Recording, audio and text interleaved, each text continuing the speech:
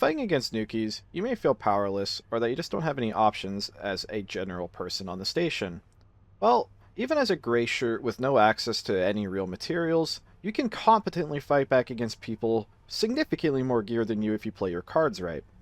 So, just as an example, this is literally the gray shirt room on Saltern. You will spawn here if you are around start gray. I'm not saying to make weapons immediately. I'm just using this as an example that if you use the resources around you, you can competently make weapons to fight back against armed threats. So, with just a cup of ramen, a soda can, and the things that spawn in a U-tool room, you can make a spear. I would recommend a bow. However, making a bow requires wood, it requires cloth, which isn't necessarily hard to get cloth. Getting wood isn't easy. And you basically have to it's basically more like first come, first serve to get things like that. And to make arrows requires more cloth and glass. Rods is easy to get. Just keep in mind that a spear is really easy to make, and it's good as a melee weapon, but a bow is probably preferable. So with just a cup of ramen, it may seem a little counterintuitive, but if you don't have to actually eat the ramen, but I'd recommend you do it. If you throw the cup of ramen at the ground, it will actually spawn a glass shard. And it's been this way for a long time, and I guess it's just how it's meant to be. I don't know. It's been this way for a long time. If you get a soda can or a cup, just make sure you drink all of it.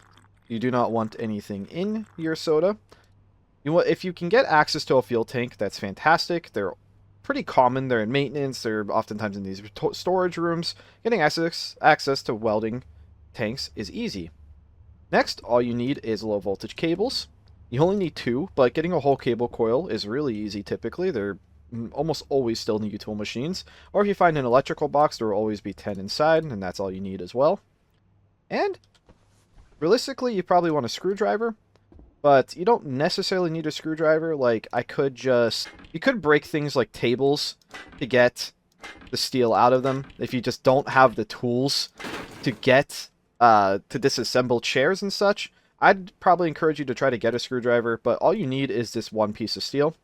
Now simply just turn it into a rod, which is instant, and with this low voltage cable and the glass, you can make a crude spear.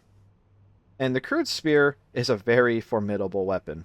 On its own, it does 12 pierce if you melee with it, and 15 if you throw it. If you wield it, it goes up to 16 pierce, and the throwing does not change. However, this isn't new. You can always lace spears with chemicals, but before, if you meleeed, it would only transfer 1 unit at a time. But if you throw it, for example, this is a typical Nukie with their normal blood red. The commander and agent are a little bit more resistant to damage, but not by much. And if it's a Juggernaut suit, well, just know that you'll do some damage to them anyways.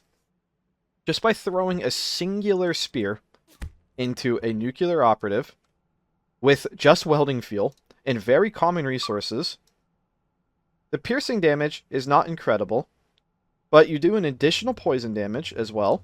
If we take a look at the blood red suit ourselves, you can see the blood red has piercing resistance, radiation, caustic resistance, and all that good stuff. But the nice thing is that toxin damage is not resisted by armor. At least not this armor. So, just by getting a little bit of welding fuel in there, as a complete gray shirt, yeah, it's not a ton of damage. It's not incredible. You're not really going to kill a Nukie by yourself like this. However, if you manage to get access to more materials, keep these low voltage cables on you. So, if you get access to a U-tool, it is very useful. And you're going to want to get a screwdriver. And the reason why you want a screwdriver is because it lets you take apart chairs. And chairs, especially fancy chairs or comfy chairs, actually have 2 steel in them. Why do you need this steel? Makeshift Bolas take 6 steel apiece and 5 voltage cables. However, you're going to want more than 1. And the reason why you want more than 1 is because you want 2 Bolas. So if I just take apart a few chairs around the station, like so, you can always destroy more tables if you have to, but chairs are just a lot faster. And like that. Now I can craft 2 Bolas. And you have to craft them one at a time. If you click craft again, it says you can't start another one. Bolas only weigh 20, so keeping them in your backpack is very easy. And the strength of Bolas is incredible. This is the Nukie equalizer, and I encourage anyone who is trying to at least have a chance of fighting back against Nukie. Say they arm the nuke and you don't have any real options. 2 Bolas could be enough to change the entire course of the round. If you get 2 Bolas, you can either put them in both of your hands and press X to swap them, or just have decent keybinds. If you throw both Bolas at anyone, Nukie is irrelevant here, you will knock them over, just like so. I'll show you. It comes out faster than a stun baton. If you're slightly accurate, it's basically like having a taser. And if I just show you how strong this can be, say you still have low voltage cables, which you should, you can also make a pair of makeshift cuffs. And Nukies may or may not have freedom implanters, but this is just an idea. You could Bola them, and if you are just even slightly fast, you can cuff them, and there you go. That is a CC'd Nukie with very easily, very acquirable materials that even a gray shirt could get. Now, I will just move on to slightly better options that other departments have access to that, well, is unique to them. If you're playing a botanist, you can get access to one of the most deadly chemicals in the entire game. Inside an exotic seed crate, there will always be 2 fly amanita spores. The fly amanita is a red mushroom, and if you grind it, which you will have access to because you're going to be connected to the chef, you can grind the fly amanita into a glass, and inside there's 25 amatoxin, 5 nutriment. The ones you grow will be a little bit different, but either way, it'll have this amatoxin. Or unfortunately, without a chem master, you can't really dilute the amatoxin out of it. So, just like before, if I were to throw this spear into a Nukie, by the way, they are full health, it will inject that amatoxin and the nutriment because it's, you know, it spreads the chemicals evenly from the glass into the spear. You will do quite a lot of damage. That is 4 amatoxin in 1 spear throw. Now, I probably don't really need to show you this, but I will. Let me just rejuvenate them. You can get some disgusting amount of damage with these spears. So that Nukie's full health. If you just make 2 spears, just watch this. Those 2 spear throws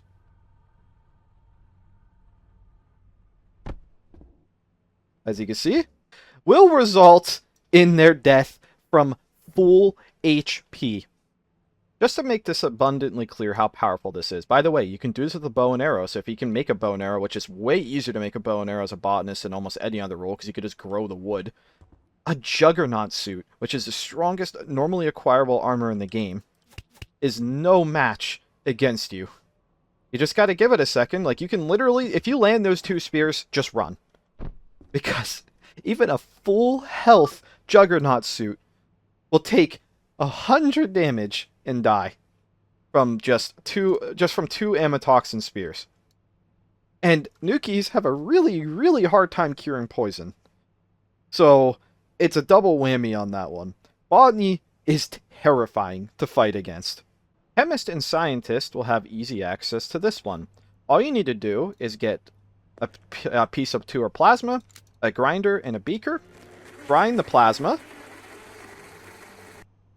Realistically, you only need 1, but I did 2. And then just like before, you're going to want to lace the spears with the plasma. And this is basically instant. I mean, grinding plasma and putting in a spear is a very quick process. Also, as you can even see, it even makes the spear tips purple, which I didn't even know about, but that's really cool. And you can, again, just like before, do quick chuck maneuvers just like that. This isn't nearly as good as amatoxin, but plasma is pretty common, and even a normal gray shirt might be able to get access to a single piece of plasma and access to a grinder. I mean, typically you can just hop a counter to do so. Obviously, I wouldn't do that if there's somebody still there. But just those 2 spears alone with the plasma did 57 poison and the 13 piercing. This person is almost going to be permanently slower because they're almost at that 60 damage threshold that can't be healed easily. However, Chemistry has access to their own equally broken chemical, and I'm not going to show how to make it, but it is a pretty infamous chemical called Lexorin. You can look up in the chemistry guidebook how to make it yourself. It's a pretty lengthy one, and it might be kind of hard to make this storing Nukies because it's a kind of lengthy process, but anyone who gets used to it will be able to do it pretty quickly.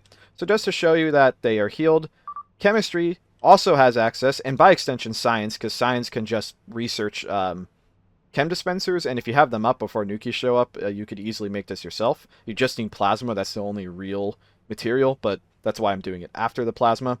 2 spheres. Remember, this Nukie was full health. This causes a slightly more interesting death. It does asphyxiation, but that also does blood loss. The only issue with this is that, yes, it will actually crit them and do far more crit, and Nukie armor obviously doesn't resist asphyxiation and blood loss. However, this can be purged easily because epinephrine naturally purges Lexorin. So, like, if I just spawn a emergency pen, which Nukies also have access to these, one injection can decently counter your double spear attack. Because, I mean, epinephrine cures asphyxiation, but they are still in a world of hurt, and sometimes just getting a Nukie into crit is more than enough to snowball the round back into the crew's favor. And I'll just even show you, just even one spear with Lexorin is really, really powerful. Because you could just do this, and the one spear is in them, and let's just examine their damage. You take just a ridiculous amount of blood loss and asphyxiation. It's well over half your health. Obviously, the asphyxiation will heal itself, but this will almost instantly slow them, because once you're past 60 damage, remember, you are slowed. So, those are the more extraordinarily powerful ways of fighting against Nukies. So hopefully with this video, you feel a little less defenseless and powerless as a crew member, especially as a normal crew member during Nukies. You can competently put up a fight. I'm not saying to go out there and just, like, become the sole protagonist of the station. Yeah, you could make 10 of these spears and probably solo the Nukie team by yourself if you try hard enough. But winning isn't everything. I would only do this if, like, they got the nuke arm, security is just not putting up a good fight, or you're truly defenseless and just want to try to at least make them hurt. But, I mean, it's up to you to play however you want. I'm not going to tell you how to play, and hopefully you learn something. Thank you for watching.